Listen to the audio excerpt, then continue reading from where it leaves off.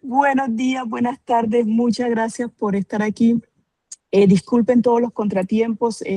Yo estoy actualmente en Cartagena, Colombia, mi ciudad natal, y ha habido problemas con el fluido eléctrico en los últimos días. Salí de mi edificio para visitar, pues no visitar, pues para usar la señal desde la casa de mi amiga Nadia y su hermano Luis Miguel, que amorosamente me han prestado aquí el espacio. Y aquí también, mientras estaba hablando con ustedes, como vieron al principio, se fue también la luz, afortunadamente solo por unos minutos. Entonces, no, nada, estamos en el Caribe, estamos en Latinoamérica. Tenía mucho tiempo que no pasaba, pero ahora es así. Entonces, también agradecer en este momento al profe Miampica y a Matilda y a Laura que me están colaborando con la presentación y que me invitaron a participar de este curso de verano. Voy, como dijo el profe, ya la presentación mía, pues la van a recibir por correo. Entonces yo también solo digo que soy parte o soy miembro del grupo de investigación ADICL que tiene la Universidad de Alcalá y que coordina el profe. Y además soy investigadora asociada del RC Starting Grant Project Afro-Europe Cyberspace de la Universidad de Bremen, en donde desarrollo mi investigación doctoral. Solo para confirmar, ¿se me está escuchando? Sí. Perfecto. Entonces yo les voy a hablar hoy, la charla tiene un título provocativo muy a propósito, ¿Quién narra lo negro? Afrociberactivismos y digitalidad afrodiaspórica. Espero que ya haya suscitado algunas inquietudes y preguntas. Y esta charla se enmarca dentro de lo que se llaman las humanidades digitales, particularmente dentro de las humanidades digitales negras. Las humanidades digitales es un campo de estudio bastante reciente que se institucionaliza más o menos con ese nombre a mediados de la década del 2000. Aplica herramientas y métodos computacionales a preguntas humanísticas y al mismo tiempo aplica una mirada crítica a la cultura digital. Y el campo específico de las humanidades digitales negras, que es aún más joven, 2014-2016, se plantea cómo los procesos computacionales pueden reforzar las categorías racializadas, incluso mientras se usan para construir alternativas. Como yo tengo aquí el chat, tengo la pantalla muy pequeñita para ver la presentación, no puedo ver preguntas en el chat. Agradezco que me colaboren si salen preguntas, si hay algún comentario, ¿ok? Y que me digan, por favor, si voy muy rápido, que el Caribe también se nota en mi español y en mi acento. Y está muy bien que así sea. Entonces, a ver si la diapositiva funciona y puedo pasar. Ok. A ver, aquí tenemos como un mapa de la sesión. Hoy nos vamos a mover en 3 pasos. El primer paso, la apertura pues ya la hice. El primer paso vamos a hablar un poco de archivar como acto de poder. En el segundo paso vamos a hablar sobre los afrociberactivismos. ¿Qué es esto de los afrociberactivismos como prácticas situadas? Y no solamente como movimientos de protesta o de denuncia. Aquí hay algo más de fondo. Y como a mí me gusta siempre ir un poco más allá, vamos a hablar en el tercer paso de las tensiones que hay sin resolver en cuanto al uso de plataformas digitales y a espacios virtuales. Finalmente, cerraremos, y no menciono mucho aquí para no hacer como spoiler, vamos a hablar un poco sobre digitalidad y corporalidad, y les puedo anunciar ya que hay resonancias con la maravillosa charla que tuvimos con la maestra Ángela Ensambi hace 2 días. Y bueno, al final espero que haya un espacio para las preguntas, que es muy importante. Entonces, yo tengo una pregunta aquí inicial para todos y me gustaría que vayan haciendo como anotaciones.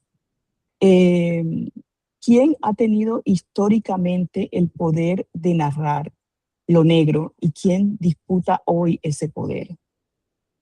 Dejo un par de segundos para que reflexionen sobre ello. Pueden hacer anotaciones en el chat. Aquí hay conceptos claves que entran en juego: archivo, agencia, el estereotipo, algoritmo. Bueno, mientras piensan en esto, la pregunta aquí es quién disputa ese poder hoy, porque la narración de lo negro nunca ha sido neutral, como muchos de nosotros ya intuimos o de hecho lo sabemos.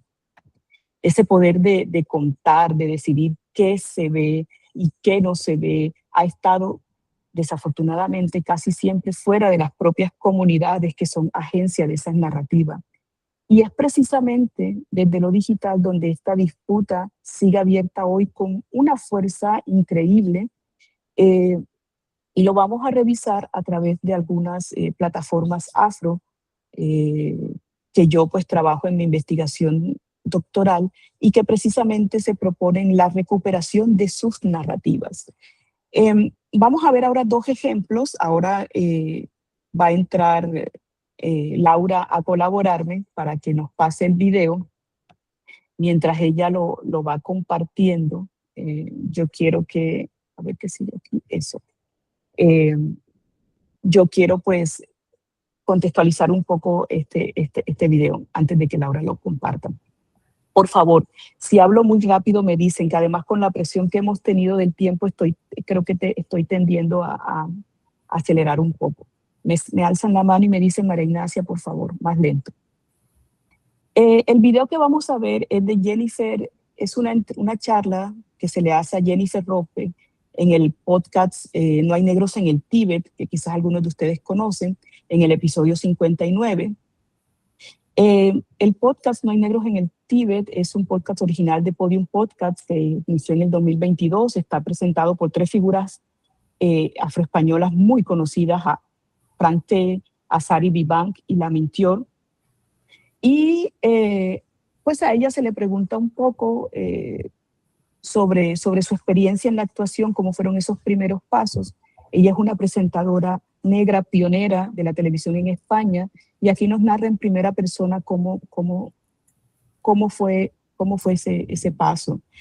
El podcast Negros en el Tíbet es un podcast que aborda temas como el racismo, la identidad, la migración, entre otros. Entonces, Laura, tú me dirás si ya estamos listos para ver el video. ¿Ya? Sí, perfecto. Ahora. El objetivo de ser escritora, más que, sí, a mí me encantaba escribir, pero bueno, pues nos hemos criado todos más o menos en los mismos ámbitos de... ¿Se puede ver el video? Precariedad económica en casa. Sí, ¿no? me suena eso. Sí. Ya eres mayorcito, ya te toca buscarte las habichuelas, entonces de repente pues alguien te dice, oye, pues puedes empezar en una agencia y pues primero hice modelaje, estudié de modelo muchos años y de repente hay un casting y de repente buscan guionistas para un programa de televisión y voy y buscan guionistas para un programa de televisión. Yo siempre quise ser escritora y siempre quise ser actriz. Era lo que más me llamaba en el mundo. Pero cuando veía la tele, esa que Fran no veía, esa misma. Solo veía a Will Smith. Entonces dije, tía, tienes que aprender inglés. Lo primero que tienes que hacer es aprender inglés, porque aquí los negros hablan inglés o no salen en la tele. Efectivamente. Sin embargo, hay un reportaje que hizo Lucía Mbomío, donde vio y demostró que hubo mucha gente negra en televisión en la historia de la comunicación, mucha más gente de la que llegamos a pensar y que gracias a este reportaje es así. De hecho, en los 90 y en los 2000, una vez que te fijas, dices, ostras, ha habido bastante gente ahí. Y claro, hay una frase que yo escuché a Francine Galvez que decía que para ella totalmente hubo más gente en esas épocas en la televisión, en la comunicación, que ahora mismo. Que ahora mismo es peor. Pero claro, dicho lo cual, dentro de lo difícil, ¿es más difícil ahora o era más difícil en esa época? Sí ha habido más gente en épocas anteriores. En mi época, que yo estaba Vicenta, estaba Francine, sí, pero seguíamos siendo la nota de color. Primero no había redes, es una cosa muy importante, con lo cual yo no tenía esa forma de expresarme como yo, más allá de salirme fuera del guión. O sea, solamente cuando me hacían una entrevista como personaje y yo podía hablar de la situación que yo vivía y que vivían mis compañeros. Pero no había redes para que yo tuviese una voz propia. Eso es lo primero. Entonces, mi activismo yo lo veía reflejado cuando alguien me decía cosas como, ostras, el otro día vi un negro normal como tú. Eso era mi lucha, el decir, hay negros españoles que hablan tan bien como yo y que son gente tan normal como yo y como tú. Ese era el activismo que yo podía hacer en ese momento. Yo creo que lo que hay es más conciencia ahora que antes. Es decir, ahora yo como negra hay papeles a los que voy a decir que no, mientras que antes se decía que sí. Y ahora somos todos mucho más conscientes de la imagen que queremos dar de nuestra raza, nuestra posición en la sociedad y nuestras capacidades. Entonces, como la gente empieza a decir que no a esos papeles que nos proponen, pues hay menos presencia. Hay menos presencia. Como tú acabas de decir. Claro, tiene sentido. Yo no quiero ser el negro del debate porque estáis hablando sobre la situación en Sudán. Perdóname, no. Yo también puedo hablar de Trump, de geopolítica y de lo que está ocurriendo en la bolsa de Singapur. Bueno, gracias, Laura. Este video, como pueden notar por los silencios que dejé claramente marcados, lo edité gracias a la colaboración de Efraín Tarriba, un diseñador tremendo. Y quiero dejarlo claro, es muy importante para mí. Lo edité porque quería presentar lo que ella habla sobre, lo que Jennifer nos dice sobre la forma como es vista y cómo se ve ella misma como mujer negra. Y claro, es un podcast que se graba en vivo y entonces pues es un podcast de humor, tiene mucha ironía. Entonces hay intervenciones que a veces se alejan de la idea central y que, bueno, como toda conversación, vuelven y regresan. Entonces por eso hice esta edición. Pero lo dejo claro porque de todos modos es una edición y sigue marcando mi visión, mi sesgo de alguna manera de lo que quiero mostrar. Esto ya verán más adelante porque es importante que lo diga. Entonces, a ver, mientras ustedes hicieron sus apuntes seguramente para conversar más adelante, yo aquí lo que veo es que hay una disociación entre la forma y el contenido. En la forma hay agencia plena. Jennifer López habla en primera persona, cuenta su propia historia, controla el relato, pero en el contenido lo que narra es precisamente cómo fue narrada por otros, cómo fue objetivada, exotizada, infantilizada intelectualmente. Es decir, tener la voz no basta por sí solo para escapar de la mirada ajena. La agencia narrativa convive con la marca de la mirada que critica. En otras palabras, incluso cuando ella narra, sigue narrando una historia moldeada por cómo otros la vieron primero. Pero también notamos que ella dice, bueno, pero yo no quiero ser vista así, ¿no? Yo no soy la negra o el personaje negro que se usa como comodín para esto y esto otro. Entonces, vamos a pasar ahora a ver si puedo seguir compartiendo. Espero que sí. Bueno. ¿Sí? ¿Se ve la imagen? ¿Se pudo seguir compartiendo? Perfecto. Entonces, aquí hay un aviso porque el contenido que voy a reproducir ahora, pues reproduce un estereotipo racial, de racismo colonial y puede ser especialmente doloroso, molestar o incomodar al público negro o afrodescendiente. Es un caso muy conocido de una foto que publicó Stacey Dooley, una periodista, con motivo de una campaña que hizo con Comic Relief, en la que se estaba consiguiendo fondos para niños pobres en Uganda. Entonces, yo creo que con ese contexto se imaginan por dónde va. Entonces, lo que vamos a ver aquí es un caso efectivamente de representación problemática de personas africanas, en este caso de un niño, y lo traigo para que lo analicemos críticamente. A ver, estas son las imágenes. Les dejo como un par de segundos para que las vean y de pronto hagan anotaciones, que ven qué narrativa se nos está presentando aquí. El pie de la foto original dice que está allí en la diapositiva en español, algo como aquí filmando con Comic Relief, ¿cierto? Bueno, entonces esta foto fue publicada en Instagram el 23, alrededor, sí, a finales de febrero del 2019, durante un rodaje para Comic Relief, como ya lo comentaba, y se generó una controversia en las redes inmensa, en donde intervino David Lammy, un diputado, el mismo negro británico, que criticó públicamente esta foto y nos dice, veamos esta controversia o esta disputa, aquí, él nos dice, el mundo no necesita más salvadores blancos. Lamy vincula la imagen con la tradición victoriana de rescate y pide protagonistas a cineastas africanos. ¿Por qué? Porque lo que está diciendo es, hombre, si quieren hacer una campaña para apoyo en Uganda, ¿por qué no pueden buscar también cineastas, actores, etcétera, dirigentes de campañas africanos que puedan también llevar a cabo esa campaña? No, tiene que ser una mujer, en este caso una persona blanca. La respuesta de Stacey es que ella dice, ella responde con una respuesta retórica, perdón. Si es acaso un asunto porque ella es blanca, si el problema es su piel, y señala que ella tiene un trabajo profesional grandísimo, que ya lo que está intentando es recoger fondos para esta campaña. La institución representada en Comic Relief pues la apoya, no presenta en ningún momento disculpas e incluso cambia como que la pelota, decimos, ¿no? Cambia la pelota porque dice, mira, David Lamy, nosotros te ofrecimos a ti colaborar en un rodaje en África y tú rechazaste la oferta. Entonces convierte también el asunto en una cuestión personal y no se detiene un momento a discutir qué hay allí de por qué esta narrativa que se está presentando en la foto puede incomodar o molestar.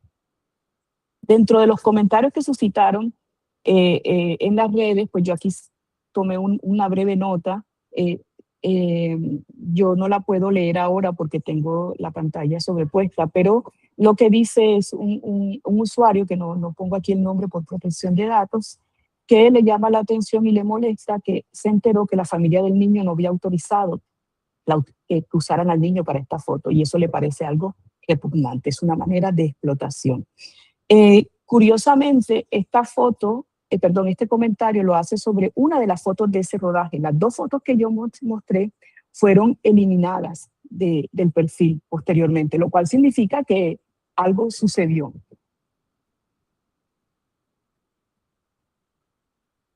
Entonces, ¿qué vemos en esta foto? Voy a regresar aquí. A diferencia de lo que veíamos en el video de Jennifer Rope, aquí no hay ninguna agencia narrativa. Del lado del niño representado no habla, no se nombra, no hay padres visibles, es pura imagen construida por otra persona para contar su propia historia. Y la historia que aquí le interesa es la de su campaña que está realizando con Comic Relief como salvadores, ¿no? Y lo más revelador no es solo la foto, sino la respuesta institucional, como yo lo dije, que no se hacen cargo del patrón estructural que señala Lamy, sino que convierten todo en un ataque personal a la trayectoria de Dooley, desviando la crítica de raza y poder hacia una defensa de mérito individual. Este desvío es en sí mismo parte de lo que hoy quiero mostrar. Así es como una institución, entre comillas, responde a una crítica racial sin realmente asumirla. Y aquí lo que vemos es que hay un problema de lo que se está narrando. Entonces seguimos. En el espacio digital, precisamente se está discutiendo ahora con mucha fuerza quién narra, quién es narrado. Y esta es la materia principal de los afrociberactivismos.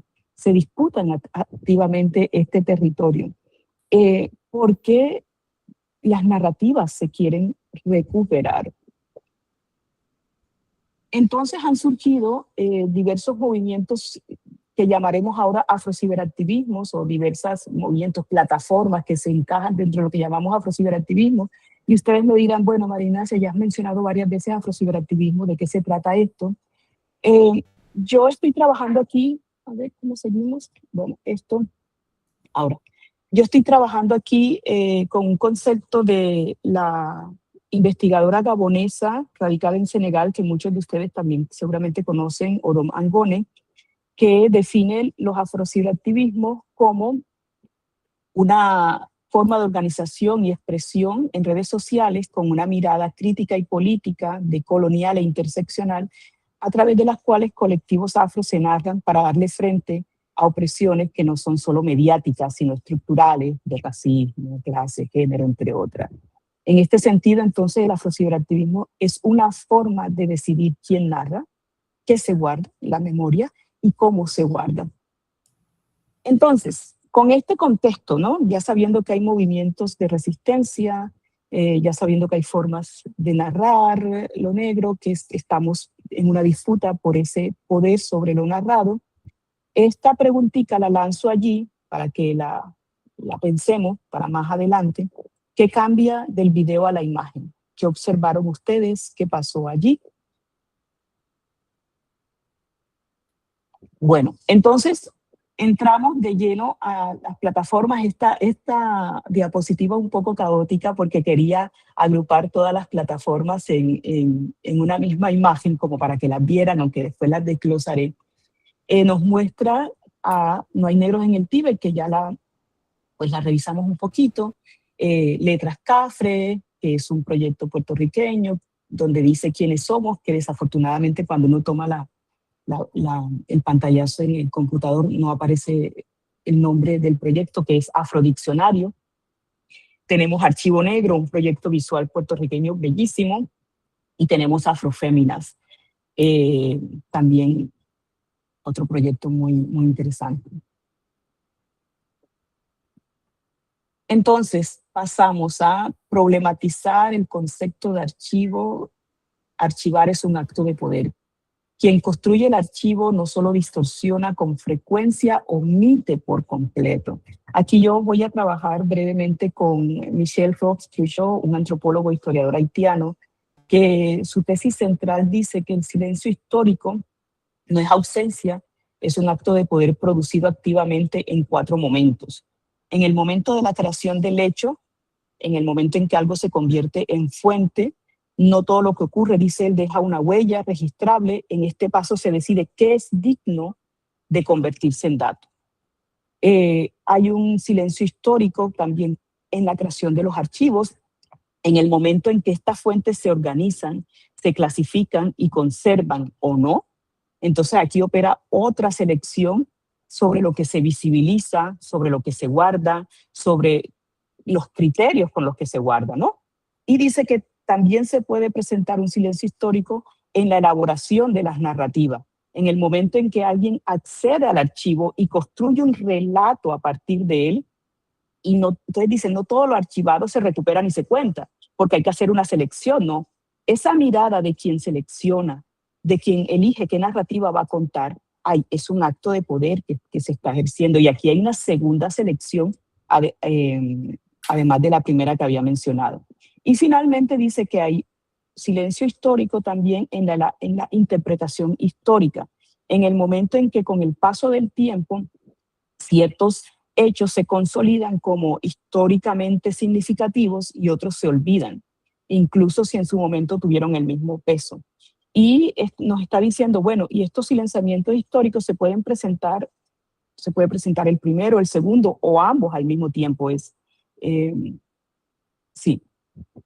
Entonces, aquí como trasfondo también me está resonando Achille Mbembe, y me disculpan por favor la pronunciación, quien nos recuerda que el archivo no es solo una tecnología de memoria, sino también una tecnología de control.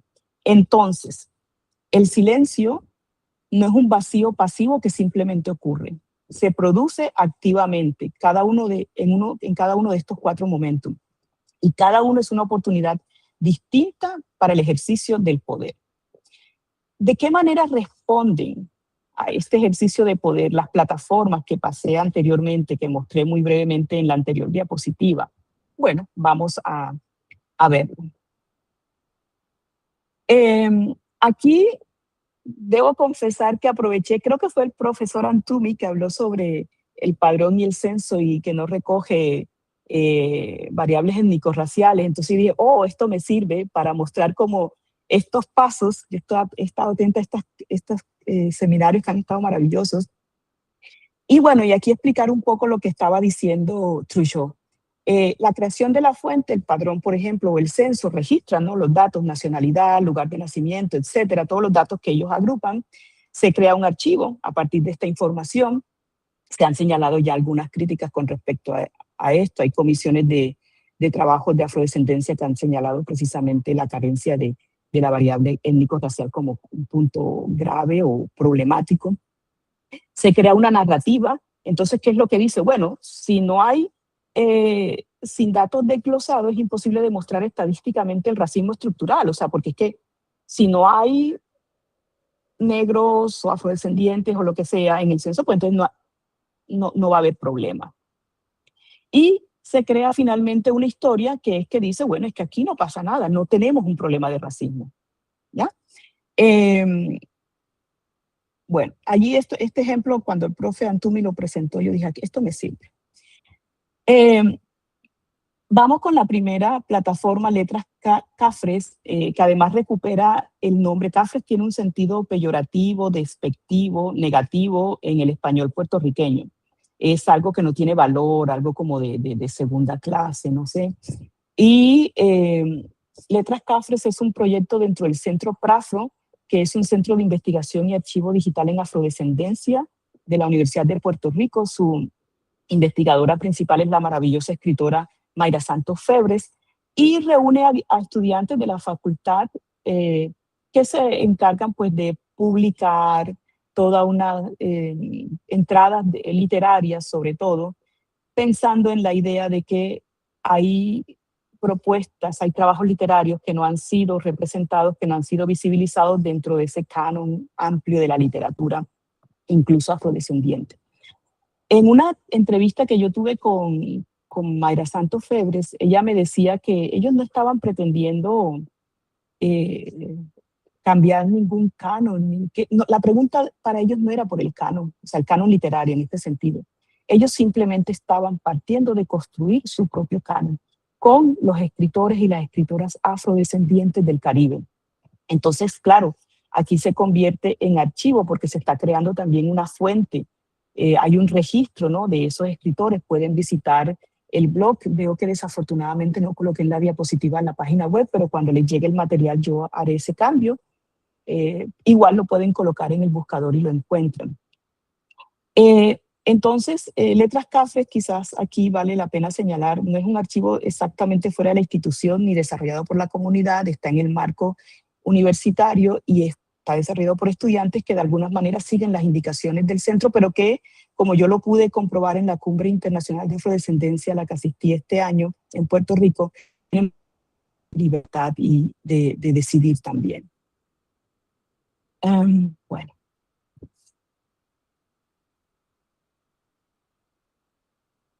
Entonces, aclaro que aquí invertí el proceso. Yo quería empezar con las plataformas digitales de alguna manera ubicadas en España, pero por razones de contenido empecé con Letras Cafres, que está en el Caribe hispano, y seguimos con Afrodiccionario, que yo espero que muchos de ustedes lo conozcan, que tiene como objetivo principal redefinir y autodefinir términos del castellano. Entonces, como que revisar estas palabras y frases que están transmitiendo un contenido racista, como las que tenemos en la diapositiva, que espero que las puedan ver bien. Trabajar como negro, por ejemplo, dinero negro, pasajero negro, ¿no? Un alma negra, etc. Y tenemos también, con Afrodiccionario se proponen redefinir, generar propios conceptos, dado que ellos dicen el español no tiene como una forma o una palabra para nombrarlos. Y aquí hay un concepto que a mí me gusta mucho, que es el de afritud, hermanamiento de la diáspora afro, recuperación de lo colectivo frente a lo individual, ¿no? Y bueno. Entonces, Letras Cafres interviene en la fuente, está generando un archivo con literatura afrodescendiente, Afrodiccionario en la narrativa, ¿no? Está construyendo de qué manera abordamos el lenguaje y cómo podemos cambiar las maneras racistas del lenguaje. Entonces, ¿qué pasa con el archivo de la historia, los otros dos momentos de los que hablaba Truchon? Y la pregunta si es suficiente con narrar distinto o hace falta también archivar e historiar distinto. ¿Sí?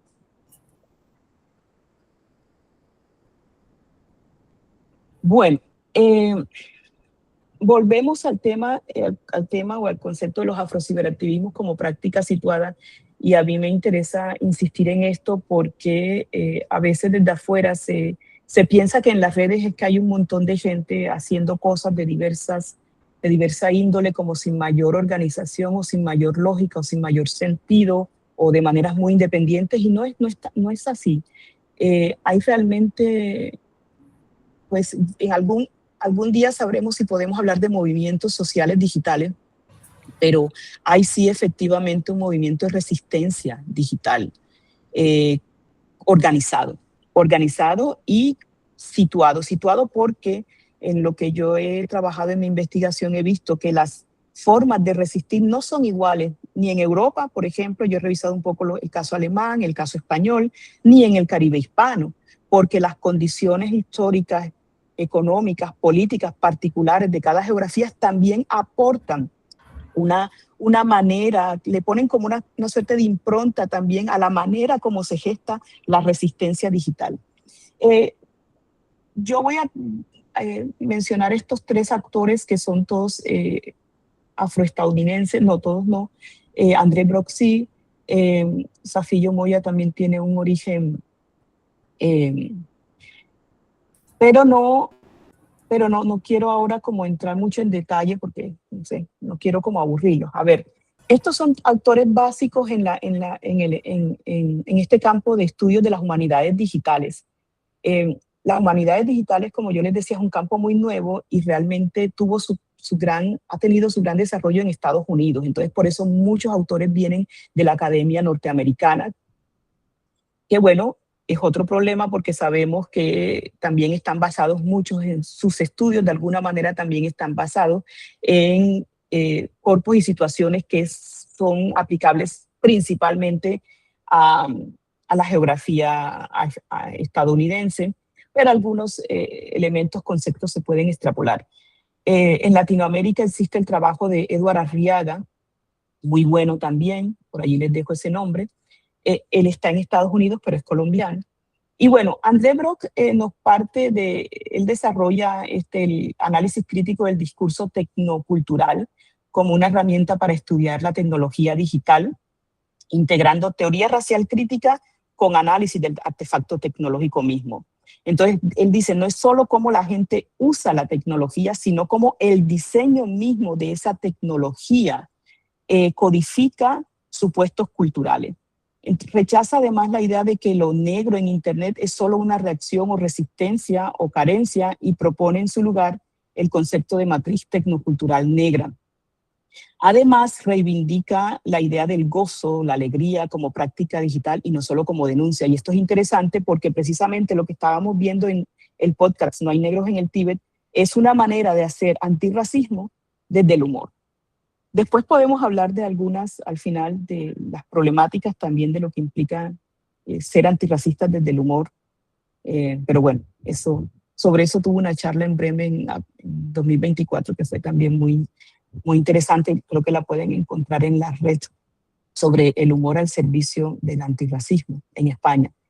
Después tenemos a Safilla Umoya Noble, que es quien introduce esta idea del sesgo algorítmico, y desde allí se empieza a hablar de ello y rechaza explícitamente la idea de que los resultados racistas, por ejemplo, en Google, sean culpa de usuarios racistas. Argumenta que es la arquitectura del sistema de búsqueda combinada con intereses comerciales privados y la posición de monopolio de pocos buscadores. Entonces, lo que hace que se privilegie sistemáticamente la blancura y se discrimine a personas de color, en particular a mujeres negras. Ella hace un ejercicio que fue clásico a nivel de los estudios digitales, que retoma también la Mintior en una charla que tuve la oportunidad de escuchar, creo que en el marco de Espacio Afro, de uno de los cursos de Espacio Afro. Ella hizo esto, colocar en Google, por ejemplo, Black Girls, ¿no? Mujeres negras, y ver qué te arroja Google. Y después colocar, por ejemplo, mujeres blancas y ver qué te arroja Google. En su momento, lo que Google le arrojaba eran muchas páginas, por ejemplo, a imágenes sexualizadas, estereotipadas y mucha pornografía también.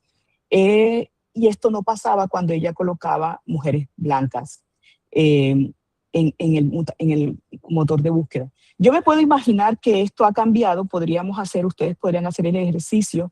Yo vi a la Mintior haciendo el ejercicio con disfraz negro, por ejemplo, y disfraz blanco, haciendo el ejercicio en vivo, y lo que mostraba era que Disfraz Negro enviaba a imágenes desde hombres negros con penes enormes hasta, bueno, toda la ridiculización caricaturesca del hombre negro, ¿no?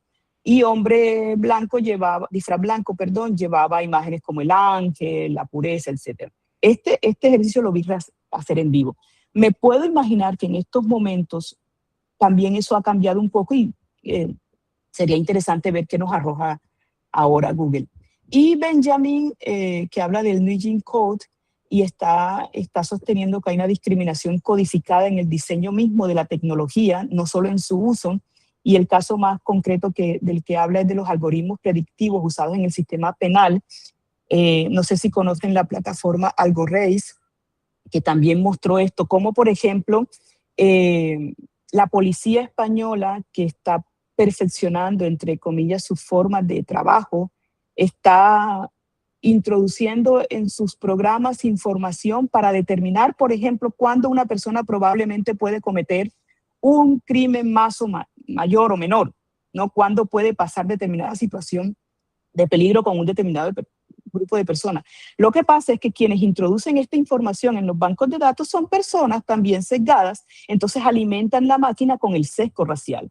Y eso es lo que está diciendo Benjamin con este código, con este concepto, que hay una discriminación codificada ya en las mismas plataformas, en el mismo diseño de la tecnología, que nos hacen de hecho creer que todo es neutral, porque cuando van a utilizar los bancos de datos y llega una persona, digamos, por ejemplo, una mujer afrodescendiente caribeña, y dicen, lo más probable es que esta mujer vaya a realizar esto y esto otro, y están, digamos, ya discriminando por solamente unas categorías que antes han introducido, ¿ya? Que antes han incorporado como fuente de información para los mismos programas que desarrollan. Entonces aquí estamos ante una situación bien, bien problemática.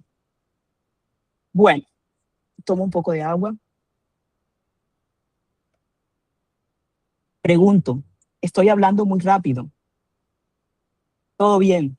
Perfecto. Entonces, como ya, a ver, estas manitos felices allí me gustan, estoy hablando bien, vale. Entonces, ahora pasamos a Afroféminas, cuya fundadora es Antonette Torres Soler, es un medio antirracista. Antonette Torres Soler es nacida si no estoy mal, ella es cubana, sí, y reside actualmente en España, en Zaragoza. Esta plataforma nació en el 2014, fundada por ella, y tiene como objetivo central, o como uno de los objetivos centrales, porque cada vez amplía mucho más su espectro, eso, dar voz y visibilizar a las mujeres afrodescendientes y negras, principalmente en España, pero con alcance en todo el mundo hispanohablante. Es un medio digital donde confluyen lectura, espacios literarios, se realizan talleres. Es muy variada la información, notas políticas, notas económicas, notas de libros, pero toda la información con el propósito de presentar una visión antirracista, de dar a conocer, por ejemplo, personajes negros importantes para la historia, para la cultura, la literatura, etc.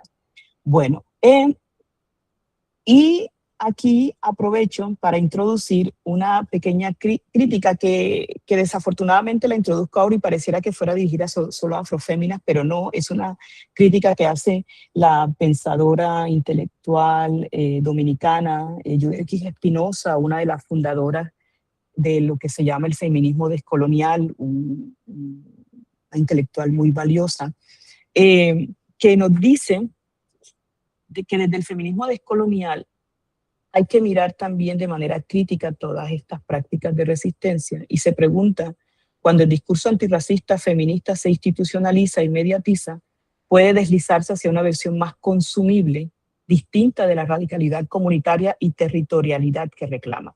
¿Y esto cuándo puede suceder? Cuando, por ejemplo, sobre todo en el espacio de las redes digitales, se quiere a toda costa tener un mayor alcance. Entonces, para tener un mayor alcance necesitas mayores visitas, necesitas likes.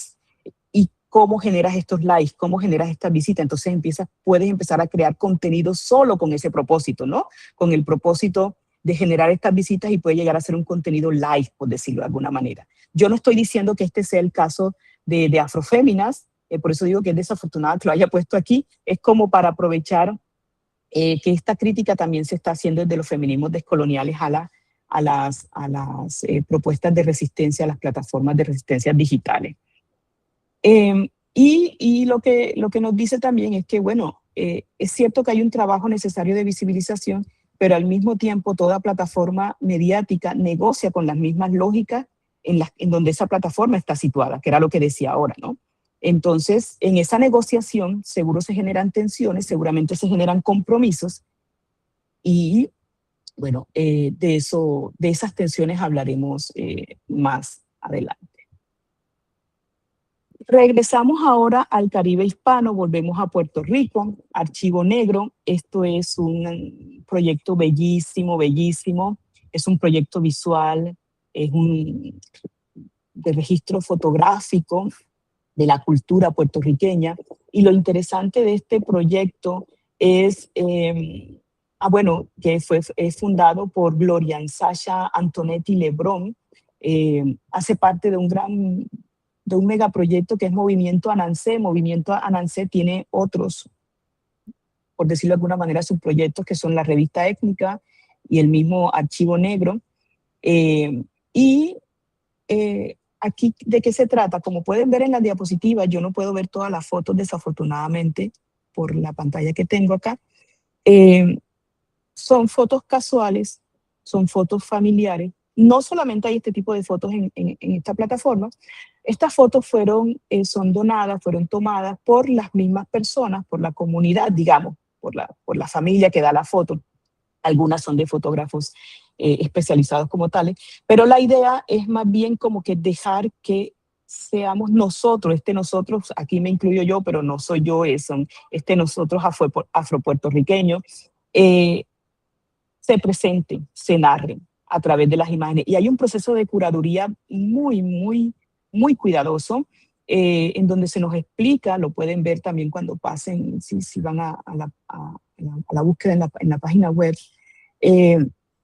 Es un proceso cuidadoso de curaduría en donde se nos explica de dónde viene la foto, esta foto que está mostrando, qué hay ahí detrás de esa foto. Y bueno, es en este sentido, de verdad, un proyecto único en su género.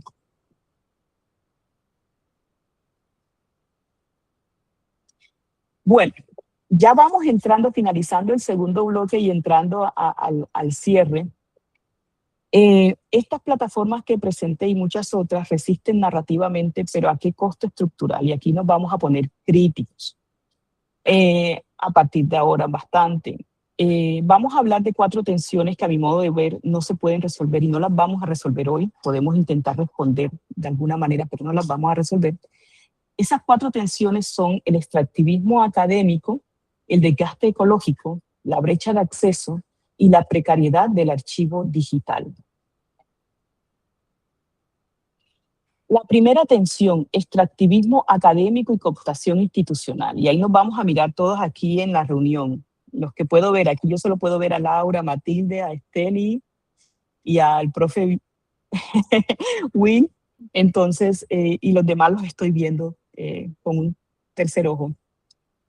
A ver, ¿a qué alude esta tensión del extractivismo académico? Las academias, y también de la que yo hago parte, y otras instituciones, capitalizan el trabajo activista.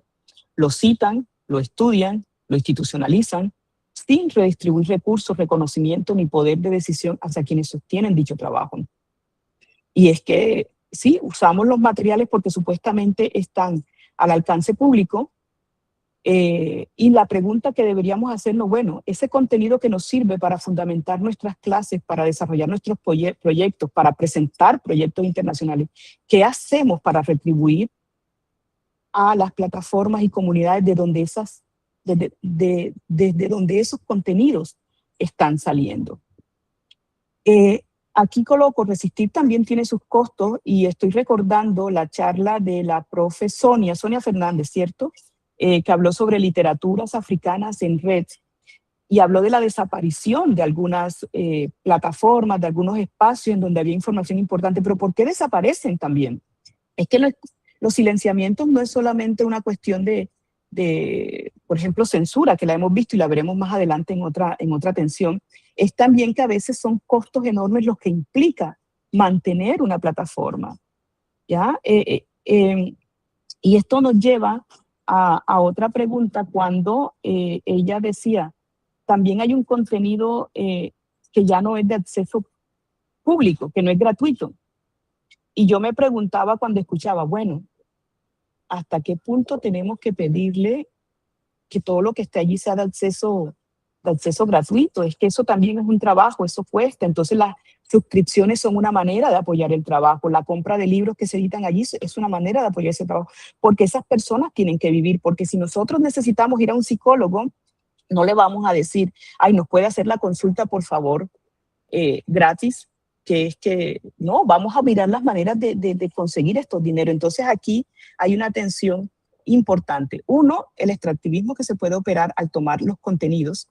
Y dos, extractivismo también al creer o pretender que la resistencia tiene que ser gratis, que no tiene costos, porque no es posible. Y los que manejan páginas y además también el costo personal, ¿no? El trabajo que cada quien invierte. Entonces esta autocrítica la sitúo también aquí hacia nosotros, de qué manera este trabajo y este trabajo que yo estoy realizando llega y contribuye a nivel comunitario más allá del circuito académico. Segunda tensión, una tensión que a veces se nos pasa, el desgaste ecológico de la infraestructura digital, el desgaste ecológico que supone la infraestructura digital, ese costo invisible. Y tiene que ver con algo que solemos olvidar, que lo digital no es inmaterial. Existe el mito de la nube como algo sin cuerpo, como algo sin huella, pero detrás de cada plataforma hay servidores, hay consumo energético, hay minerales para fabricar los hardware, los equipos. Entonces, aquí hay una contradicción incómoda. Las plataformas de resistencia, pero también podemos aplicarlo a lo que nosotros estamos haciendo y lo que nosotros estamos usando, que hemos visto también dejan su propia huella ecológica. No hay archivo digital sin huella material. Y también el archivo cimarrón consume recursos. Ahora, yo no quiero caer en la idea de que por eso no vamos a dejar de resistir. No, yo creo que hay que vivir con la tensión y con la contradicción, pero tenemos que ser conscientes de que esa contradicción existe, de que esa tensión existe. Entonces, la paradoja es resistir al silenciamiento del archivo colonial exige depender de una infraestructura que replica a otra escala lógicas extractivistas sobre el planeta. Y nos podemos preguntar cuánta agua se está consumiendo ahora en esta charla. La tercera tensión tiene que ver con la brecha de acceso, y eso también lo pensaba a raíz de la charla de la maestra Sonia. ¿Visibilidad para quién? Yo creo que debemos hacernos otra vez preguntas incómodas. ¿Visibilidad para quién? ¿En qué idioma? ¿En qué plataforma? ¿Quiénes tienen los dispositivos y la conexión estable para participar? Ustedes vieron ahora los problemas que yo tuve. Ubicada en el sur global, ya salí de mi edificio porque se fue el fluido de corriente de energía eléctrica, llegué donde una amiga y allí también se fue, intenté conectarme con los datos y no se pudo. Esa experiencia yo no la he tenido todavía donde resido, que es en Alemania, por ejemplo. Entonces hay una diferencia también aquí, ¿no? Sobre ese acceso, empezando por quiénes tienen la capacidad para tener dispositivos. Yo recuerdo que durante la pandemia del COVID, un problema que se reveló para muchas escuelas es que había familias que tenían solo un computador. Y entonces en ese computador trabajaba el padre, la madre, los hijos y tenían que turnárselo, mientras que había otras familias que cada quien tenía la tableta, el celular y su propio computador, sus audífonos. Estamos hablando de que hay una brecha de acceso. Entonces no podemos pretender que cuando hay una plataforma digital de resistencia, se le está garantizando un contenido democrático a todos. No lo es. No podemos caer en esa ingenuidad de que cuando algo sale en la red porque esta plataforma está allí, entonces todos tienen acceso a esa información. No lo es. Incluso yo veía en mi experiencia cuando estuve en Dakar, en Senegal, que incluso el consumo de redes es distinto, que mientras de pronto en Alemania se consumía un poco más Instagram, allá estaban consumiendo más Facebook, en la experiencia que yo tuve con las personas cercanas con las que compartí. Y esto también, que circula en una plataforma, que circula en otra, etcétera. Entonces, ¿a qué vamos? Hay una doble invisibilización. Quienes ya estaban excluidos del archivo oficial, ¿ya? Y ahora no tienen acceso digital estable, quedan también por fuera del contraarchivo que se supone que los representa de alguna manera, ¿no? Porque allí tampoco están representados porque no tienen ese acceso. Y vamos a la última tensión, precariedad del archivo digital y una pequeña acotación relacionada con el ángulo de la inteligencia artificial y que nos permite cerrar el círculo con Truchon. Tenemos evidencia empírica, y lo comentaba otra vez la profesora Sonia, de la desaparición de algunas plataformas, ¿no? Yo apunto aquí un nombre, Gingivali y Afribuco, que ya no existen. Y es que sin financiamiento estable, un archivo digital es tan vulnerable como un archivo físico, ¿no? Pero esta es una desaparición, por ejemplo, por problemas de financiamiento, por decirlo de alguna manera, problemas económicos. Pero ella mencionaba un detalle que me resultó muy interesante, y es, ¿pero qué pasa cuando también los programas de inteligencia artificial son los que median el acceso? ¿Ya? Entonces tú vas a decir, ustedes van ahora archivo afro, y entonces colocan en Google archivo afro, y lo primero que van a recibir es la respuesta de la CAI que le dice que es archivo afro, qué hace, etcétera, etcétera, y con esa respuesta estamos satisfechos y listo, y no vamos directamente al archivo a ver qué está pasando allí, qué se está produciendo allí en el lugar mismo. Entonces aquí también hay una tensión y hay un silenciamiento de alguna manera. Yo no soy una detractora de la inteligencia artificial para nada. Yo creo que aquí hay unos campos en los que es de una utilidad enorme. Solo quiero mostrar que estas tensiones existen, ¿no? Que hay que tenerlas en cuenta cuando estamos precisamente en este campo de las humanidades digitales realizando estos estudios. Curiosamente, mientras preparaba esta charla, y esto es muy reciente porque no lo había visto antes, Afroféminas generó un chat que se llama, aquí está en la diapositiva, Afroféminas GPT, que está entrenado exclusivamente con pensamiento negro y decolonial. Entonces a este chat le están incorporando libros, Angela Davis, Bell Hooks, etcétera, para que las respuestas que produzcas también sean respuestas antirracistas. Me parece una propuesta súper interesante. Desafortunadamente no he tenido la oportunidad de revisarla porque la descubrí mientras preparaba y hacía ajustes finales, pero me parece que allí puede haber una contrarrespuesta. Claro, seguimos con tensiones y con ciertos aspectos problemáticos. La plataforma, la infraestructura tiene que apoyarse en una infraestructura de OpenAI, y entonces la tensión no desaparece del todo. Entonces, podemos decir que en ambos casos, también aquí el registro dependerá de una voluntad de lo que se narra, de quién lo narra, que si el archivo oficial está omitiendo por decisión de poder, el contraarchivo también puede omitir por la infraestructura misma en la que está cobijado. Entonces, ninguna de estas tensiones las vamos a resolver. Pero sostener las preguntas, ¿quién nos narra como seres negros afrodescendientes? ¿Bajo qué condiciones? ¿Dónde se guarda ese conocimiento? El hecho de no cerrar esas respuestas en respuestas cómodas es quizás la forma más honesta de terminar esta sesión, dejar estas preguntas como preguntas incómodas. Y aquí van a encontrar que hago un viro, y por eso les decía cuando les presentaba los pasos de la sesión de hoy, el punto 4, corporalidad y digitalidad, y ustedes van a decir, bueno, y hablando de lo digital, ¿qué hace el cuerpo allí?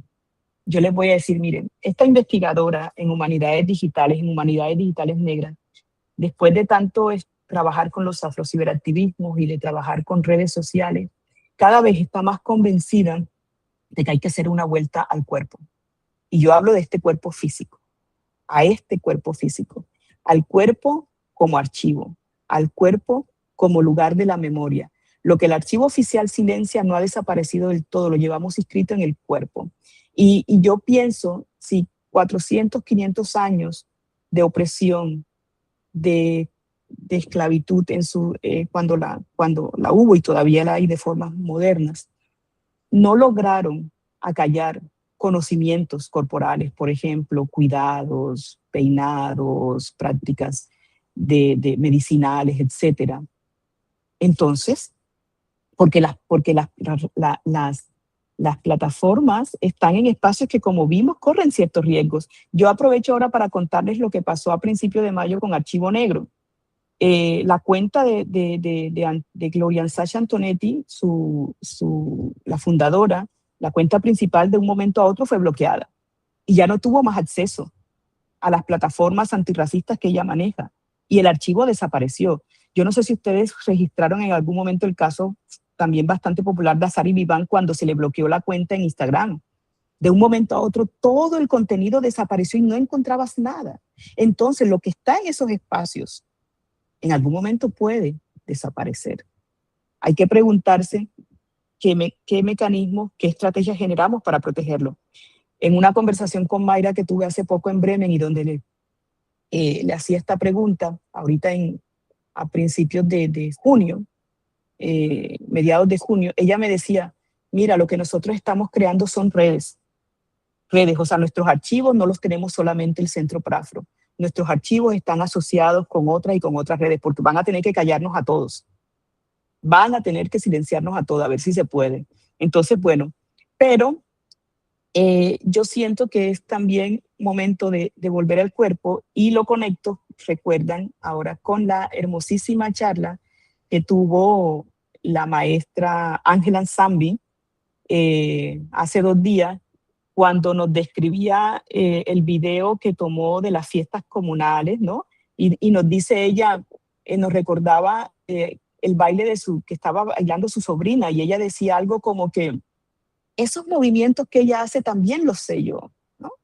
También los conozco yo. Entonces, estamos viendo que el cuerpo, que a través del cuerpo se está generando conocimiento y a través del cuerpo se está transmitiendo este conocimiento. Entonces, el archivo más potente que existe, y con esto voy casi cerrando, para mí, seguirán siendo nuestros cuerpos y tenemos que hacer algo ya, porque es también cierto que las tecnologías de información están cambiando las maneras como nos relacionamos con nuestros propios cuerpos, están de alguna manera enajenándonos.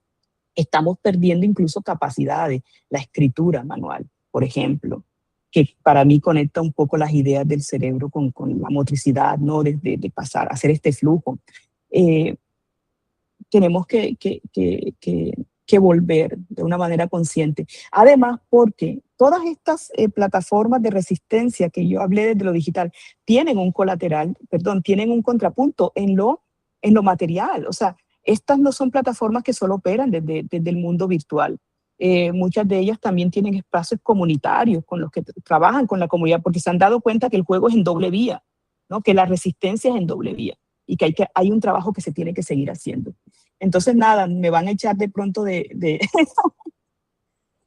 mi grupo de investigación Afro-Europe Cyberspace. No creo. Yo creo que se comprende a dónde voy.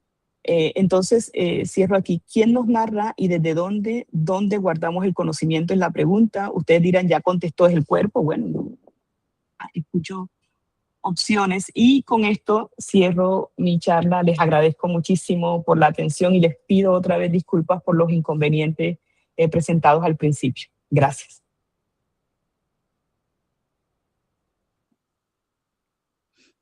Bueno, muy bien, María. Muchísimas gracias. Ha sido una charla muy sugerente y plantea preguntas que realmente siguen siendo vigentes. Yo creo que la famosa línea de color de que hablaban a finales del siglo XIX siguen marcando todavía tanto la colonia como la postcolonialidad. Yo creo que la cuestión es ahí. Entonces, nada, abrimos el debate. Yo creo que son preguntas, son temas que vivimos casi de forma cotidiana. Yo creo que la cuestión del racismo se merece realmente, yo pensaba que se merecía más sesiones, y aquí una de las formas que se manifiestan, o más bien los discursos, como has dicho, de resistencia y contradiscursos frente al racismo, fundamentalmente se manifiestan. Hay una gran batalla en las redes sociales. Esas redes sociales es donde tú estás realmente hablando de ello. Me parece muy interesante en la medida en que fundamentalmente pienso, por ejemplo, en el espacio afro. Estoy asombrado todo el trabajo que ellos hacen en las redes sociales. Yo creo que incluso el afrodiccionario que has evocado, yo tenía mucho interés en invitar a Ngoy, sí, pero no podía. Yo quería que estuviera en ese seminario para explicarnos un poquito ¿cómo se llama? La génesis del afrodiccionario. Pero bueno, espero poder estar con él, si mantenemos el seminario para el año que viene, espero que pueda venir, porque parten de la idea que lo primero, todo parte de nuestra relación con la lengua y con el lenguaje. Entonces, primeramente, es donde hay que sanar el racismo con el fin de nombrar las cosas de otro modo. Bueno, yo tengo preguntas, pero voy a dejar. Podemos hacer preguntas por chat o directamente intervenir. Voy a dejar de compartir para poder ver Sí, rostros. sí, por favor, sí. Por favor, así. Yo creo que han surgido muchas preguntas, muchas preguntas, muchas reflexiones, así que nada. Podemos empezar. El debate está abierto sobre la cuestión de las humanidades digitales centradas en el mundo afro. Ok. A ver, ¿se me escucha y me escucha? Sí. Ok, perfecto. Es que cerré todo y de pronto quedó un silencio instaurado que me volvía a preocupar. Preguntas. No hay Estel, preguntas. Clara. Nadie tiene preguntas. Laura, Paulina, hay más gente por ahí. Mario, María, Aina, Ana. Sí. Mario dice que es un caballero. Paulina, sí. Bueno, yo no tengo una pregunta. Muchas gracias, María. Un placer poder verte por acá en esta conferencia. Paulina. Y bueno, no tengo pregunta, pero sí quería compartir un cuento a partir de la foto que publicaste de esta muchacha que tomó esta foto con el niño africano.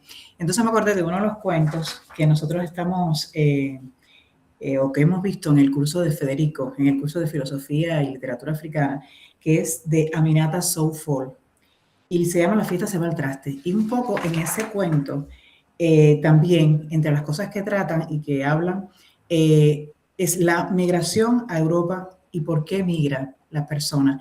Entonces, en ese cuento, ella es una escritora senegalesa, habla porque Europa es pobre. O sea, ella te va como haciendo una narración de por qué esta migración. Pero en una parte del cuento, te está narrando que las personas les gusta ir, te lo voy a leer así como dice acá, ir y tomar esas fotos, que como le encanta tomar las fotos, y dice, por lo visto a los cooperantes les gustó el espectáculo. Fotografiaron las hordas de niños y adultos andrajosos, llegados hasta allí con el corazón festivo y por lo demás resignados. Las fotos se publicaron en internet, no para hablar del espectáculo en sí, sino para apiadarse de la extrema pobreza que sufrían esos suburbios. Entonces, en el cuento, te van narrando todo lo que hacen las ONGs. Algunos están de acuerdo, otros no están de acuerdo. Y te están poniendo las distintas voces, lo que las personas consideran con relación a ello. Y por eso el cuento se llama La fiesta se va al traste, porque hacen todo lo posible para que al final esa fiesta que le están haciendo a los que van a llevar todas estas, digamos, estas donaciones y que todo el mundo esté contento, tirar las fotos y demás, no lo pueden hacer. Y bueno, en el momento en que mostraste la foto me recordó este cuento que hemos analizado y dije, bueno, qué bueno que compartirlo. Es, como decía, de una escritora senegalesa y un poco que se ve esto. Estas fotos que simplemente son fotos de portada, fotos para ver qué es lo que se está haciendo, pero realmente les interesará en el fondo esa situación de África, lo que está pasando y cómo viven, o es esta foto así como la que se publicó en este caso simplemente que tú habías mostrado. Y entonces es un cuento que, bueno, que un poco refleja lo que tú habías puesto en esta diapositiva y en esta ponencia que has hecho. Felicidades, gracias. Sí. Gracias, Paulina. No, gracias por esta referencia. Me pasas después en privado el nombre del cuento, me gustaría tenerlo. Sí. Es que, a ver, por supuesto que también hubo reacciones en las redes del tipo como, pero oye, ¿no ven que ella está intentando ayudar, que ella está consiguiendo fondos? ¿Cuál es el problema con eso? O sea, ¿por qué se quejan tanto? Es que el problema es, o lo delicado es la narrativa que se está allí generando. La narrativa de aquí hay niños que necesitan, además una narrativa descontextualizada, porque no sabemos si efectivamente ese niño está necesitando esa ayuda o como dicen en un comentario, parece que los padres ni siquiera habían autorizado que tomaran al niño para la foto. Entonces, es un niño negro. Entonces, el niño negro se presta para que ahora nos funja como el niño pobre que vamos a ayudar, descontextualizado, y es como decías tú al principio de tu comentario, es un show.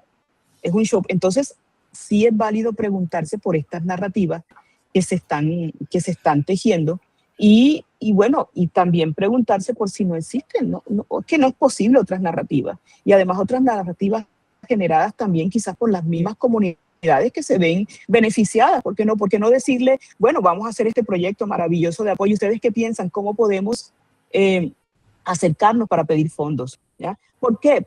¿Por qué no les interesa? Porque lo que les interesa precisamente es mantener el estereotipo de la figura salvadora, porque esa figura salvadora genera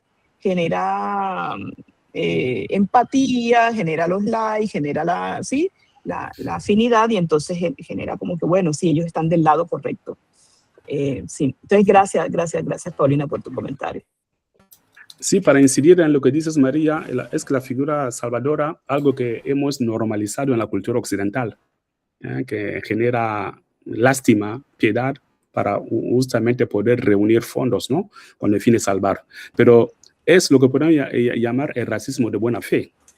El racismo de buena fe. No deja de ser racismo. Sí, que no deja de ser racismo. Y al lado de ese racismo tenemos otros tipos de racismo que son los microracismos, que también sería muy interesante hablar de ello, o otras formas de racismo indirecto, que sigue siendo racismo, pero muchas veces no tenemos conciencia de ello. Por eso que las pedagogías antirracistas son imprescindibles para todo el mundo, pero para todo el mundo, sí. Tanto para los afros como para las personas que, por ejemplo, que se acercan al continente africano. Se ve mucho en el mundo de la cooperación. Por eso que la gente que va de cooperación reciben cursos, muchos de ellos antes de ir, para no incurrir en ese tipo de errores, ¿no? Por ejemplo, esa foto famosa del niño cogida y que le aporta muchos likes a mucha gente, pero no sabe que está incurriendo algo realmente que es mucho más lamentable. Yo son una de las fotos que nunca pongo like son esas, efectivamente, porque me doy cuenta de que aquí quizás la persona no ha entendido el problema. Yo creo que la persona no ha entendido el problema. Está muy equivocado, pero desgraciadamente no se da cuenta que está equivocado. Entonces, la pedagogía antirracista es como lo que estamos llamando ahora la descolonización mental. Tiene que ser general. Es decir, que hay que incidir en ello. Y justamente todas las plataformas que has mencionado, hay mucho más en España. Y también has usado un elemento muy importante, por ejemplo, el humor como arma antirracista, ¿no? Por ejemplo, Sara Vibank, por ejemplo, es maravillosa para deconstruir, ¿cómo se llama?, prejuicios y todo tipo. Y en España está funcionando. Hay muchos discursos. Es decir, que al lado de la academia me ha gustado mucho el extractivismo y la utilización de todo ese mundo que está al lado de la academia, porque es un mundo realmente lleno y están trabajando mucho. Cuando Mayra estuvo aquí, hace un mes, más o menos un mes y medio, cuando estuvimos con José, estuvimos hablando, la llevé yo al Centro Afro, la llevé yo, y estaba hablando, me preguntó, ¿qué tú piensas? Y digo, mira, te voy a resumir con una palabra.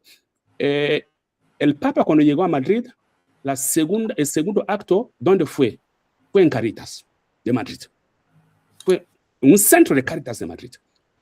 el Centro de Cáritas, como los espacios como Espacio Afro, hacen el trabajo sucio que no hacen los gobiernos.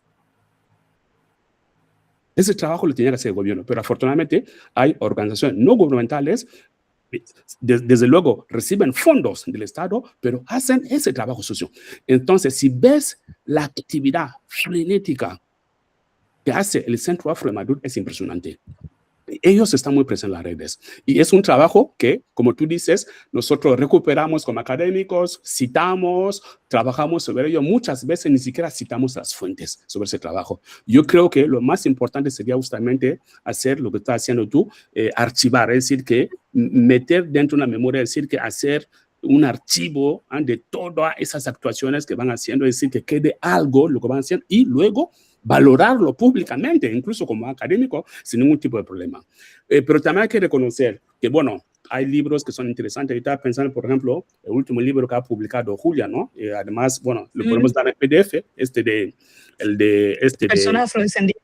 Sí, aquí sí, hay artículos muy interesantes, porque hay muchas figuras que desconocemos. Yo realmente estoy muy atrasado en mis lecturas, porque hay muchas figuras citadas aquí, incluso que están aquí con entrevistas, que trabajan en las redes, que son imprescindibles para entender el problema en España. Y en España hay un problema. Hay un problema y tenemos que ser conscientes de ello. Tenemos que hablar de ello sin escondernos. Por eso que es uno de los valores justamente de este curso, intentar hablar de esos problemas. No tenemos que tener miedo a hablar de esos problemas. Y cuando tú hablabas del censo, ya sé, hay una contradicción en el censo. Es el gran debate, ¿no? Hay gente de buena fe que dice, no tiene que haber censos étnico-raciales. Está bien. Otros dicen, no, tiene que haber. Sin embargo, decimos que las razas no existen. Sin embargo, todo lo que es el racismo y la discriminación racial está justamente basado sobre las cuestiones raciales. Antumi estuvo aquí, yo dije, ¿no? Antumi dirigió el Comité Nacional, la Comisión Nacional. Antumi fue un jefe durante 4 años de la Comisión Nacional sobre el racismo en España. Él tenía estadística. Y yo hablaba mucho con él. Y no os imaginas las estadísticas en España sobre esa cuestión. Hay muchas madres blancas, perdona que usar la palabra, blancas en Cataluña fundamentalmente, que no entendían por qué todos los días se arrestaba al niño, que tenía un niño afro o mulato, que siempre había un problema. ¿Y por qué? Para la policía es lo que has dicho, es decir, que en sus algoritmos que el niño ese es susceptible de cometer un delito. Por lo tanto, se va hacia ese niño. Le ha pasado incluso a mi propio hijo. Su madre es médico y yo soy profesor universitario. Del grupo era el único que tenía un iPhone, porque su madre se le consciente de comprar un iPhone. De los 5 era, el policía solamente pidió a él, enséñame tu iPhone, pon tu clave para que yo sepa que es tuyo.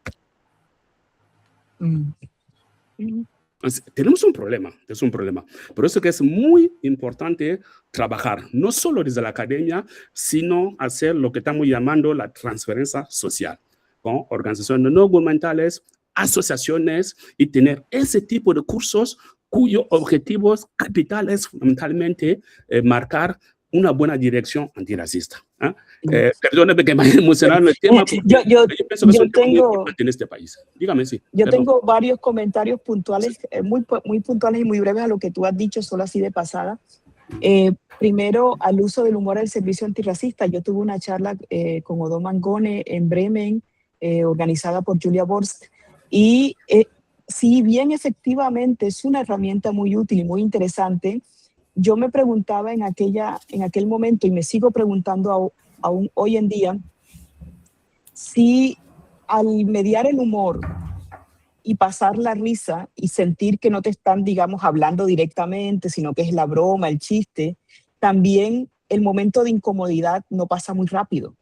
Y después de que el chiste pasa, pues ya, o sea, te incomodó mientras el chiste se apuntó. Yo digo, bueno, sí, funciona con una muy buena estrategia, que es la estrategia que llamo del espejo, porque te dice de alguna, al personaje, por ejemplo, colocarse en la posición racista, tú te ves también reflejado en esa posición y de allí viene el reconocimiento de la actitud, por ejemplo, racista en un momento dado. Así funcionan muchos de los activistas que trabajan con el humor, pero el efecto del chiste, de la risa también pasa y a veces pasa rápido. Y si allí no hay una superficialización de alguna manera, es solamente como... Pero como María, una, no lo sé, como, no lo sé porque de todos modos el humor, si desactivas, luego hay un momento de reflexión sobre el humor. Me acuerdo siempre... eso es lo que yo quiero esperar, pero sí, me pregunto si realmente lo hay y después, porque a veces consumimos también muchos programas de humor y todo pasa, ¿ya? Y después seguimos en las mismas dinámicas. Pero bueno, solamente lo quería comentar. Por la actividad del Centro Afro, efectivamente volvemos al punto y con qué recursos se mantiene toda esa resistencia, ¿ya? Y tenemos por favor que dejar de preguntarnos o dejarnos de preguntarnos claramente por los costos y por los apoyos económicos también que hay que dar cada vez que se puede. No todos podemos, pero algunos sí podemos. Citar fuentes, estabas hablando. Para mí esto es muy importante y yo lo hago como práctica ética e investigativa. Cuando yo presenté esta charla, todos los que están aquí, salvo la foto de Stacy, porque fue una cuestión mediática ya muy puntual y localizada, yo le escribí a la Mintió, que era el único contacto que tenía, y le dije, mira, yo voy a hablar de esto. Sé que me pueden decir qué necesidad hay de hacerte este trabajo. Yo siento que es un deber mostrar que se está haciendo, para que ellos también vean que aquí hay una fuente, también para decirles, para que estén atentos a pistas de dónde se está presentando, porque para mí no hacerlo es efectivamente extraer, así, porque está público. Y yo creo que hay una diferencia entre estar público y que me den permiso de acceso. Yo creo que aquí hay dos diferencias. No necesariamente porque yo publique en mi perfil de Instagram fotos, quiere decir que entonces puedes usar mi foto. ¿Qué? No, yo creo que aquí hay una distinción. La cuestión pensaba ahora cuando hablabas pensaba en el caso colombiano cuando se habló durante mucho tiempo es que aquí somos mestizos, por lo tanto todos somos iguales. Sí, todos somos iguales, pero no todos tenemos los mismos accesos a la educación, no todos tenemos los mismos accesos a la salud, no todos tenemos los mismos accesos a la comida, etcétera, etcétera. Entonces, no somos iguales, pero este discurso del mestizaje también en Colombia lo que de alguna manera borra es las diferencias, pienso yo. Entonces sí creo muy conveniente también este punto que señalaba. Y bueno, la anécdota con los hijos afrodescendientes también los tengo. Me reía porque ha pasado también un poco, no sé cuántas veces a mis hijos le piden control en las calles, presentan su cédula o pasaporte, su cédula alemana y este documento es verificado. Mientras en otros casos simplemente es mirado y ok, bien, siga. No, en el caso de ellos es verificado a ver si son documentos originales, legales, auténticos, ¿ya?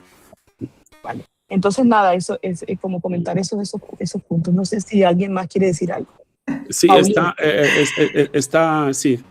Tenía sí, Paula. Una vez más que ahora me acordé de algo más y es en la Universidad de Pinar del Río, la Cátedra África-Caribe, Pinar del Río, Cuba, en la que yo trabajaba, recientemente en el evento que realizó, y como estabas hablando de estos afrociberactivismos, se presentó digamos, es como ellos tienen un grupo que se llama Thalía Afrocosmética y que tiene que ver con también este mundo afro desde lo estaba buscando acá en Telegram porque es a través de la plataforma que ellos están haciendo sus eventos y se llama así Thalía Afrocosmética Natural. Es cosmética artesanal, afroinspirada, ingredientes naturales y conscientes. Entonces ellos trabajan y también fomentan un poco toda esta actividad afro, el pelo y toda esta cosmética que bueno, tienen perfil en Instagram y en Facebook también.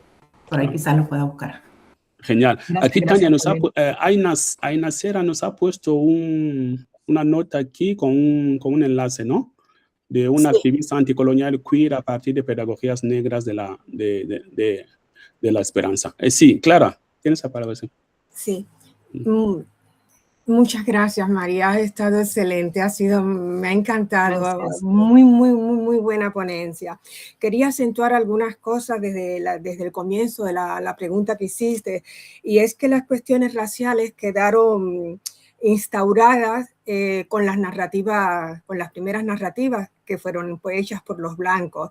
Y ahora que la competencia, o como tú preguntabas, ¿quién está disputando ahora? En mi opinión es la afrodescendencia. Pero en esto que me remito a la fuerza pues, que está teniendo que la afrodescendencia, porque Achille Mbembe, en crítica de la razón negra, él apunta, y lo relaciono con lo del cuerpo, él apunta a que los esclavos, él apunta pues, a 3 momentos de evolución pues, que tiene el negro, y hay uno en que está esa memoria negra dentro, y es esto lo que le da fuerza a actuar pues, de manera pues, diferente. Y también Dudu Dieng recientemente en el Senado, él exponía ahora en octubre que tenemos que dejar de sentirnos víctimas. Y ese sentimiento de dejar de sentirnos víctimas es lo que nos da la fuerza para comportarnos como describe Achille Mbembe que ahora estamos haciendo. Entonces, las narrativas afrodescendientes están teniendo mucha fuerza, pues estas nuevas pues, literatura, como se han expuesto tú y los ponentes anteriores. A Francine Galvez, es verdad que había más negros en ese momento, pero acabaron con ella. A Francine Galvez es que los negros que salían es que era error que cometía de dicción, cualquier cosa que cometía es que las críticas eran, y no teníamos internet en la época que ella estaba, como habías apuntado, pero que la destruye, se sentía mal uno como racialmente se sentía mal con lo que le hacían a Francine Galvez. En cuanto a los algoritmos y el racismo que hay con la Poli, la Poli trabaja con Overatze, y recientemente en el último informe que presentaron 2024-2025 explicaban que la información que tienen es ya mucha. Entonces se tienen que detener para terminar de incorporar esa información que tiene para cambiar los algoritmos, porque entonces esos algoritmos que le desvían y le crean mucho trabajo. Cuando ven que la palabra negro, entonces se desvían a ver si hay racismo, pero de pronto era que Shakira había tenido un vestido negro. Entonces, y el trabajo que tenían que hacer en la actualización de los algoritmos, pero todo el trabajo que tienen en gastar toda esta información pues que tienen pues en la base de datos, pues que tienen que gastar esta información. Y otra, en cuanto al activismo y la situación del asociacionismo, el activismo negro, no podemos generalizar en España, porque en los años finales de los 80, los 90, el activismo era muy fuerte. Sin embargo, las asociaciones en Cataluña lograron confederarse, mientras que aquí en Madrid no se logró. Habían formas de trabajo y sucedieron cosas y las asociaciones que hicieron muy buen trabajo. El otro día olvidé comentarle a Antumi que el trabajo que había hecho el panafricanismo en ese momento fue muy importante y sentó las bases al camino, allanó el camino que estamos atravesando ahora, pero que los problemas eran muy complejos por el acceso a las subvenciones y porque era muy nuevo, sobre todo en el 90 cuando empezó el gran flujo pues, migratorio, el problema era muy negro, y gracias a todo el trabajo que hicieron que los panafricanistas es que estamos hoy sobre este terreno. Y en 2019, las críticas cuando se hacían denuncias de racismo, es verdad que no prestaban atención, pero logramos en 2019 que aceptaran la primera denuncia que hubo de bullying racista. y el fallo se aceptó. Era una niña pues mestiza, y el abuelo de ella, Carlos Ferreira, fue uno que trabajó mucho con todas las asociaciones que había, Foja, Antugui, Marcelino Pongel. Carlos Ferreira trabajó mucho por la PNL y fue la nieta de este señor, que su hija se casó con un negro dominicano, que la que sufrió bullying y por la que se trabajó y se ganó el caso. Pero todavía hay mucho trabajo por hacer. Muchas gracias. Sí, gracias. Bueno, sí, ¿podría comentar puntualmente o sí, sí, dale, María, sí, está bien, sí. Sí, yo lo hago rapidito porque muchas gracias, Clara, muy lindo verte de nuevo por aquí en este espacio. Gracias a ti. Estaba pensando ahora en lo que comentabas, y esto es como un comentario random, sobre las narrativas afrodescendientes y la fuerza que están tomando. Es una fuerza también que se está viendo como un producto interesante capitalista de consumo. Y entonces también hay una fuerza allí que se está de alguna manera, yo la voy a decir como haciendo mainstream. ¿Por qué? Porque, por ejemplo, ahora, pensaba en lo que en el comentario de Paulina, por ejemplo, ahora, cuando antes no teníamos productos para la belleza, productos para el cuidado del cabello, ahora tenemos una serie de productos para el cuidado del cabello, porque también se ha descubierto que allí hay una fuente de ingresos. Y entonces, internacionales que no les interesa para nada las cuestiones antirracistas, que no les interesa para nada esto, están viendo es el mercado que se abrió. Entonces, esa fuerza, precisamente las narrativas afrodescendientes está allí, pero hay que estar siempre atentos porque también se están generando unas dinámicas problemáticas. Por ejemplo, en algunos, yo sigo, pues, como mi trabajo es en las redes, y allí pues de allí tomo mucho el material con el que yo trabajo. También veo que hay representaciones, por ejemplo, de lo bello, de lo estético, que caen desde lo negro, que caen en las narrativas blancas, ¿ya? De los cuerpos con una determinada figura, etcétera. Entonces, se está aprovechando también todo lo que desde la afrodescendencia, todo lo que desde los discursos de resistencia afrodescendiente se está generando para generar mercados. Y aquí vuelvo otra vez, como hablaba del cuerpo, a las sabidurías que tenemos. ¿Cuántos de nosotros no nos enseñaron cómo cuidar los cabellos de manera natural, cómo peinarlos de manera natural? Pero no, ahora necesitamos también muchísimos productos para ello, ¿no? Productos que se tienen que comprar y que además son costosísimos, porque quienes tienen cabellos crespos saben que los productos y los maquillajes para nuestras pieles y para nuestros cabellos cuestan 3 y 4 veces más que cualquier producto normal. Entonces, allí hay que tener como ojo con esto. Yo no quería precisar que yo no intentaba generalizar cuando estaba presentando las diversas plataformas. Hay muchísimas. Lo que yo intentaba más bien es mostrar como en doble vía, tanto un poco en España, un poco en el Caribe hispano, con las plataformas que principalmente yo trabajo en mi área de investigación. Sé que hay muchas, pero a uno le toca a veces ubicarse en algunas por cuestiones meramente de efectividad investigativa. Y, yo creo que hay otro punto con el que debemos tener cuidado, y tiene que ver con que, si bien hay un auge de estas resistencias afrocentradas, también hay un auge de la censura. Okay. También hay un auge, estamos viendo el cierre de redes increíble. O sea, yo recibo a veces un aviso de Instagram que me dice que están revisando mi página por si está en contra de las políticas de Instagram. ¿Por qué? Lo único que yo publico es contenido antirracista cuando hago las conferencias que todas tienen que van en este mismo hilo. Entonces sí, aquí hay una preocupación, o sea, y también afianzada por este terrible aumento de la derecha, no solo en Europa, ya lo estamos viendo en Latinoamérica, Estados Unidos, por ejemplo.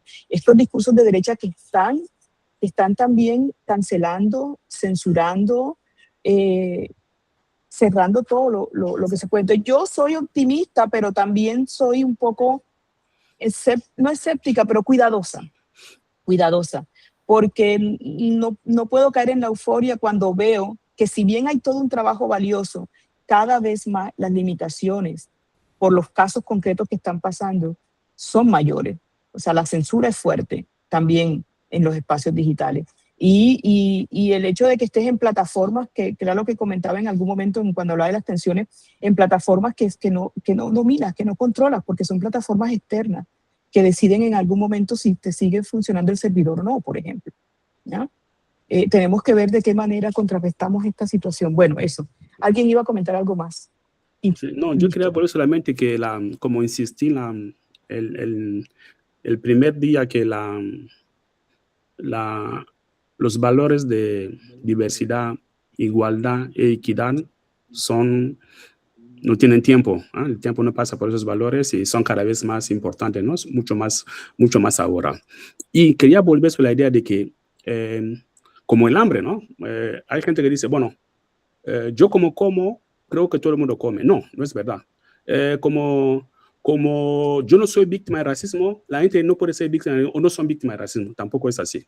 Yo creo que el tema de racismo es un tema que apela a la mala conciencia, a la mala memoria, a malas emociones. Entonces, muchas veces es un tema incómodo.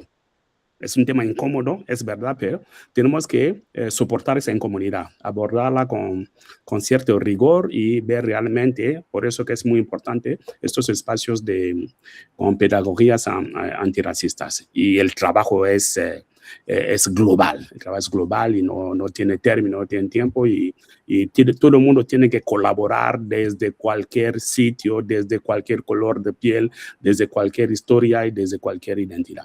Yo solamente quería terminar con eso. Vamos a pasar bueno, María. Un momentito, termino lo que estabas diciendo, que no además de la incomodidad, cuando se habla de los judíos, se habla del daño psicológico, del daño antropológico, pero en el caso nuestro también cargamos no una incomodidad, sino que cargamos unos daños psicológicos, antropológicos y históricos. Y esto que no se estudian, hay muchos campos en que no se nos ha estudiado lo que cargamos nosotros pues en nuestro camino evolutivo. Gracias.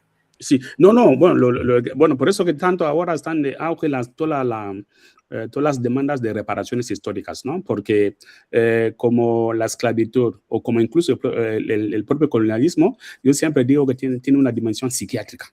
Es un problema psiquiátrico, ¿no? Un poco los rasgos, los traumas que crean realmente es al nivel de la psiquis. Eso hay que tenerlo en cuenta. No podemos, hay que haber vivido, cuando hablaba con mi padre, hay que haber vivido, por ejemplo, el colonialismo en su tiempo duro, los años 20 y 30, por ejemplo, en el Congo Brazzaville, para construir la vía férrea que iba de Brazzaville a Pointe-Noire.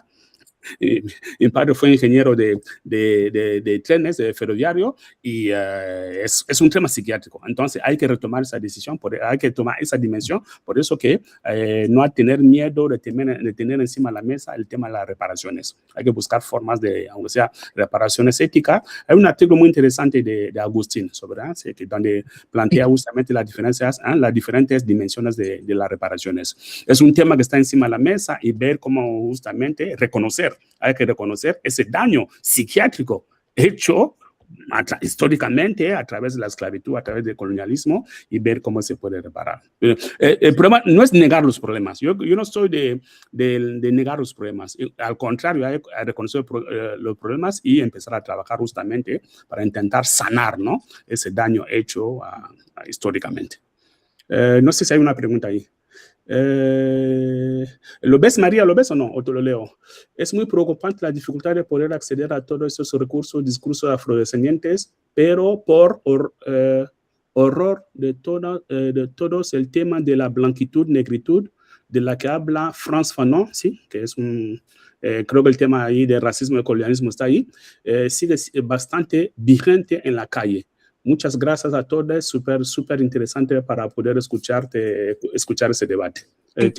No lo ves, María, ¿no? Es Aina Cera, que lo dice. ¿Más preguntas? ¿Más comentarios? Yo no quisiera que se Sí. quedara en el aire el comentario anterior que hubo al rechazo que hay a las personas blancas. Está surgiendo un rechazo a las personas blancas que se ocupan de esta temática. Incluso en debates que he tenido con personas, yo he defendido... ¿Qué pasa? Se oye con eco, sí. ¿Ya? Sí, intenta otra vez. Inténtalo. ¿Ahora? Sí. Ahora, Sí, inténtalo. Sí. yo hablaba de los matrimonios mixtos, porque uno que no puede, pues renunciar a cuando somos afrodescendientes y tenemos dos sangres, yo no puedo, hay una parte de mí a la que yo no puedo renunciar, yo tengo que integrarme, yo no puedo renunciar a una parte de mí, y yo hablaba de, ahora hay más hijos afrodescendientes, porque antiguamente éramos hijos biológicos, pero no reconocidos. Todos los mestizos que parían las esclavas eran de padre desconocido, aunque se supiera quién era el padre.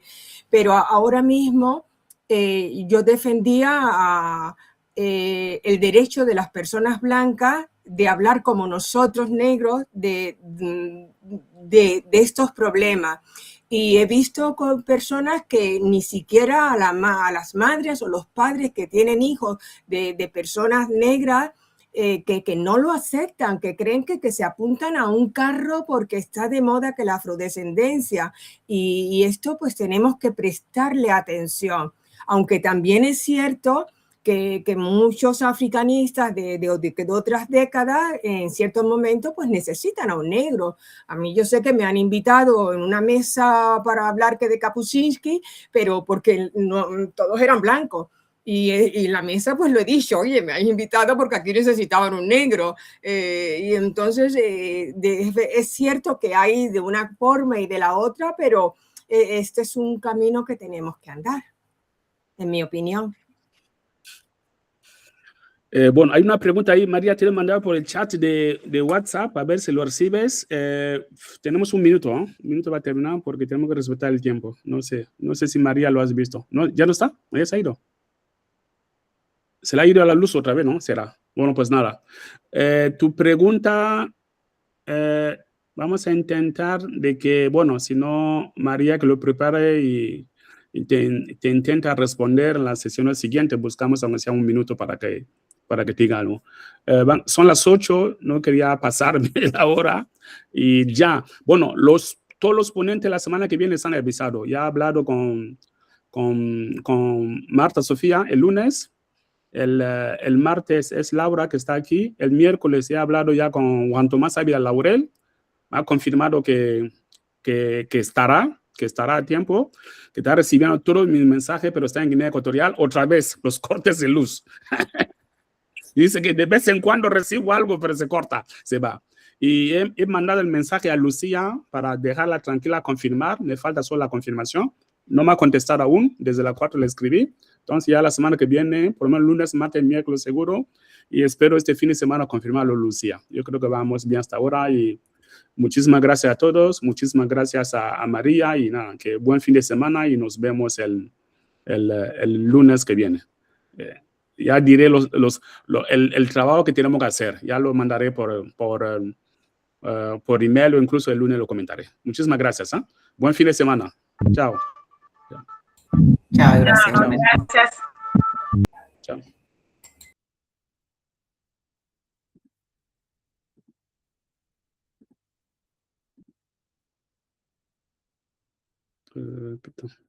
¿Cómo fue?